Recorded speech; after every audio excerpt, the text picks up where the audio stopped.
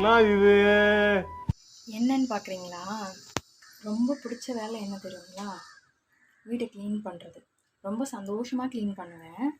இப்போ வந்து kitchen clean பண்ணேன். எப்படி க்ளீன் பண்ணியிருக்கேன்னு காட்டுறேன் பாருங்கள்.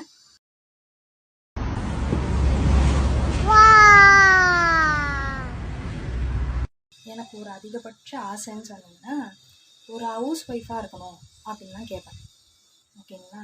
இந்த ஹவுஸ் ஒய்ஃபாக இருக்கிறது வந்து அவ்வளோ பெரிய வேலைன்றது முன்னாடி தெரியாது. ஹவுஸ் ஒய்ஃபாக கூட இருந்துடலாங்க. எல்லா வேலையும் செஞ்சிடலாம், குழந்தைங்கள பார்த்துடலாம். என்னென்ன சொல்றான் பாருங்க, கம்பி கட்டுற கதையெல்லாம் எடுத்து போடுறாங்க. ஆனால் ஒரு வேலை இருக்குது, அது ரொம்ப என்ன மன உளைச்சலுக்கு தள்ளுதுங்க. வீடு க்ளீன் பண்ணேன், கிச்சன் க்ளீன் பண்ணேன். நான் பண்ணது தப்பா? கிச்சன் க்ளீன் பண்ணேன், பாருங்கள் எவ்வளோ அழகாக க்ளீன் பண்ணியிருக்கேன். க்ளீன் பண்ணுறதுனா ரொம்ப பிடிக்கும். க்ளீன் பண்ணேன்னா இப்போ எனக்கு நானே ஆப் வச்சுக்கிட்டேன்.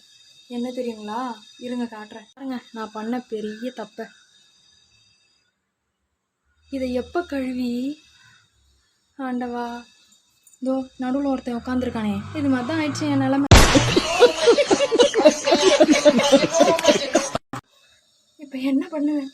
இந்த அக்ஷய பாத்திரத்தை க்ளீன் பண்ணுறதுக்குள்ள போதும் போதும்னு ஆயிடும். நாம் யாருக்கு என்ன தீங்கு செய்தோம்? நமக்கு மட்டும் ஏன் இப்படி எல்லாம் நடக்கிறது? நீங்களும் இது மாதிரி எனக்கு ஃபீல் பண்ணியிருக்கீங்கன்னா கமெண்ட்ல சொல்லுங்க. இது எல்லா ஹவுஸ் ஒய்ஃபோட குமரல்.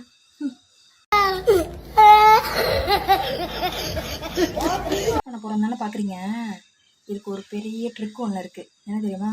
யாராவது ஒருத்தருக்கு ஃபோன் பண்ணி காதில் ஃபோனை வச்சுக்கிட்டே வாஷ் பண்ணோன்னா எப்படி பண்ணுறோன்றதையே மறந்துட்டு கடற்கரையும் எல்லாத்தையும் வாஷ் பண்ணிடலாம். ஓகேவா? நீங்களும் இந்த ட்ரிக் யூஸ் பண்ணிக்கோங்க. அட பாவி, ஆளை பார்த்தா டம்மி பீஸா இருக்க, பயங்கரமான ஆளா இருக்கே.